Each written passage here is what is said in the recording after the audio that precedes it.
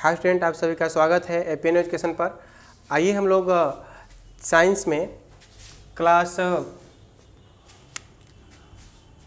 2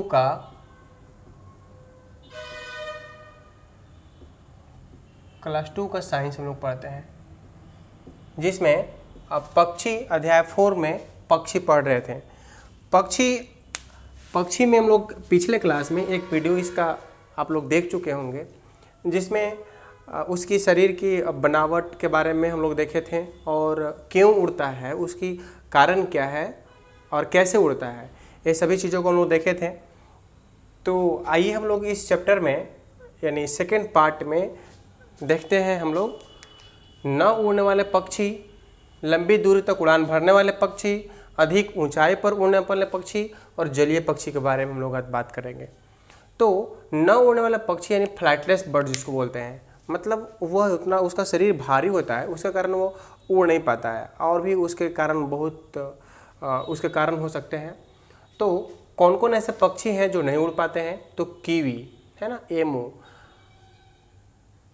शुतुरमुर्ग, ऑस्ट्रिच, ये सभी पक्षी जो है वे भारी होते हैं और वे उड़ नहीं पाते हैं, दौड़ते हैं। उनके पैर जो होते हैं वो थोड़ा लंबे लंबे होते हैं और बहुत तेज़ रफ्तार से दौड़ सकते हैं, ऐसे पक्षी होते हैं। आप शुतुरमुर्ग का आप जानते होंगे कि इसका अंडा जो होता है बहुत बड़ा होता है, और कीवी को भी आप जानते होंगे और एमू को भी जानते होंगे, ये न्यूजीलैंड और ऑस्ट्रेलिया में पाया जाता है। तो आइए हम लोग पेंगुइन के बारे में बात करते हैं। पेंगुइन भी ऐसा पक्षी है जो उड़ता नहीं है, वह समुद्री पक्षी है और यह पाया कहाँ जाता है? तो अगर आप पृथ्वी के सबसे अंतिम छोर दक्षिण ध्रुव पर अगर जाते हैं तो पेंगुइन पक्षी आपको मिलेगा।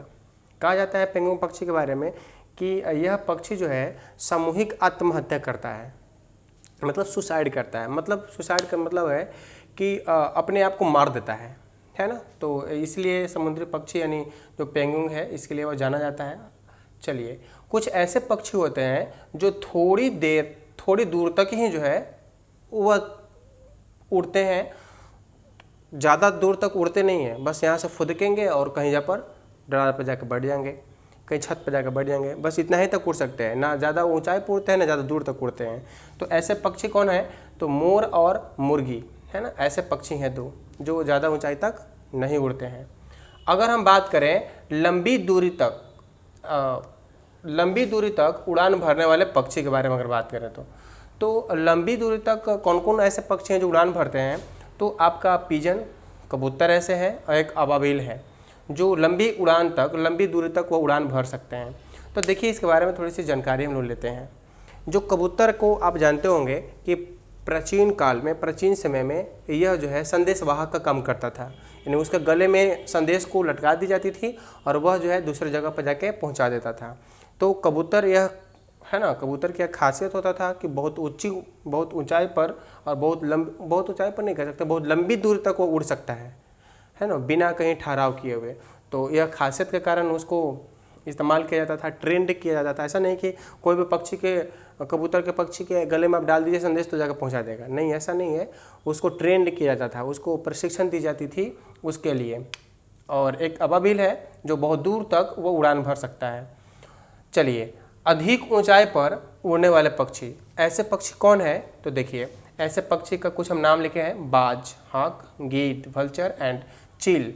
ये सब कुछ ऐसे पक्षी हैं जो बहुत ऊंचाई पर वे क्या करते हैं? उड़ते हैं और उनकी दृष्टि जो होती है बहुत तीव्र होती है। बहुत ऊंचे स्थान पर से ही भूमि पर कौन से कीड़ा और कौन से जो है क्या चीज़ है, वो छोटे छोटे चीज़ों को भी बहुत ऊंचाई से आसानी से देख सकते हैं। यानी उसका आई साइट जो होता है, उसकी दृष्टि जो होती है वो बहुत ही तेज होती है। आप इसको ध्यान में रखिएगा। मोर मरे हुए भोजन यानी मरे हुए पशुओं का मांस खाते हैं। ये सब जो पक्षी हैं, बाज, गीद, भल्च है ना, जो चील हैं, ये सब क्या खाते हैं? तो मरे हुए पशुओं को खाते हैं। और यहाँ अगर मान लेते हैं कि मरा हुआ पशु कहीं पर फेंका हुआ है, तो अगर कोई उसको खा नहीं रहा है तो क्या होगा?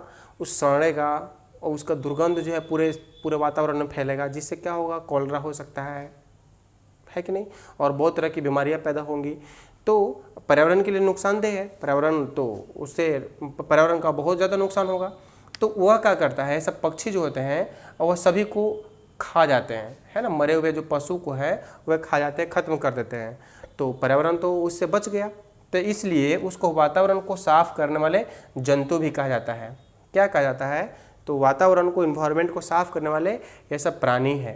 कौन पक्षी, बाज, गीद, चील, ये सब पक्षी यानी पर्यावरण के मित्र हैं, ऐसे भी हम लोग कह सकते हैं। अब आइए कुछ हम लोग जलीय पक्षी के बारे में बात करते हैं। ये जलीय पक्षी जिसको वाटर बर्ड कहते हैं, यह जो आपको देखने के लिए मिल जाएंगे जहाँ पर जल स्रोत हैं, तालाब, पोखर, नहर, नदी, ये सब में आसपास के क्षेत्रों में आपको मिल जाएंगे। बत्तख, पोगलिन। हाँ, एक और चीज़ आपको ध्यान देना है, जो गौरैया पक्षी है ना, जो बिहार का आपका राजकीय पक्षी भी कहा जाता है स्पैरो को, तो अधिक ऊंचाई पर यह जो है नहीं उड़ते हैं, है ना। ऐसा नहीं कि उड़वे नहीं करते हैं, छोटा सा पक्षी होता है चिड़िया, और बहुत अधिक ऊंचाई पर वे नहीं उड़ते हैं और बहुत दूर तक भी नहीं उड़ते हैं, बस फुदकते हैं या डाल से दूसरे डाल या फिर एक जगह से दूसरी जगह बस जाते हैं। तो आप इसको भी ध्यान में रख सकते हैं। चलिए बत्तख के बारे में बात करते हैं। बत्तख, पेलिकन एंड क्रेन, ये सभी पक्षी जो आपको दिख रहा है, ये सभी पक्षी जलीय पक्षी हैं, जल में वास करते हैं, जल में रहते हैं। अब ऐसा नहीं केवल जल में ही रहते हैं, नहीं, भूमि पर भी आते हैं, तो अधिकतर उनका समय बीतता है जल में, इसलिए इसको हम लोग जलीय पक्षी कहते हैं।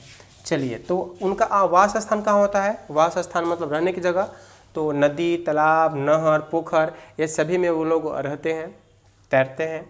भोजन की अगर बात करें तो वे लोग को भोजन क्या होता है, तो देखिए मछलियाँ खाता है ना, मछलियाँ लोग ये सब पक्षी खाती है, जलीय जंतु खाती है और कीड़े मकोड़े को भी खाती है। कौन, ये सब जलीय पक्षी, बत्तख, पेलिकन, क्रेन और बगुला, ये सब जितने सारे पक्षी हैं जो जल में रहते हैं। तो खैर बगुला तो नहीं कह सकते हैं, क्योंकि बगुला बस शिकार, मछली के शिकार करने के लिए आता है, उस जलीय पक्षी के श्रेणी में नहीं आएंगे, उसको हम लोग नहीं रखेंगे। बत्तख का रख सकते हैं, सबको रख सकते हैं। तो भोजन क्या था उनका, मछलियाँ था, मछली खा सकते हैं, जलीय जंतु को खा सकते हैं और कीड़े मकोड़ों को भी खा सकते हैं। कीड़ा मकोड़ा कीचड़ में रहता है, आप देखे होंगे, और जलीय जंतु भी रहता है। जलीय जंतु मतलब और भी दूसरे प्राणी जो छोटे मोटे रहते हैं।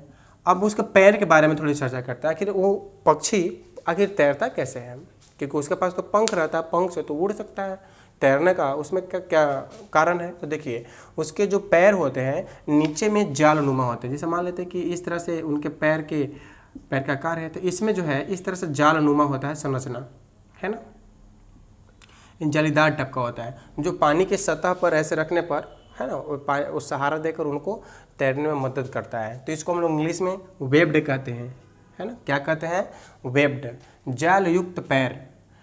तो आप समझ गए होंगे ये सभी चीज़ों को, जलीय पक्षी क्या होता है और जो न उड़ने वाले पक्षी क्या होते हैं, लंबी दूरी तक उड़ान भरने वाले पक्षी क्या होते हैं और अधिक ऊंचाई पर उड़ने वाले पक्षी क्या होते हैं।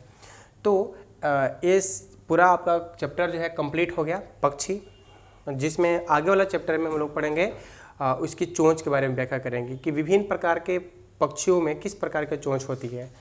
तो उम्मीद करते हैं कि ये सभी चीज़ें आप बहुत अच्छी तरह से समझे होंगे और इसका अभ्यास आप ज़रूर बनाइएगा और आपको आसानी से बनेगा, कहीं से कोई दिक्कत नहीं होगा। अगर दिक्कत होगा तो आप कमेंट करके हमें बताइएगा, जो हम आपको सोल्यूशन कर देंगे। तो चलिए हम लोग फिर अगले वीडियो में मिलेंगे। बहुत बहुत धन्यवाद। Thank you so much.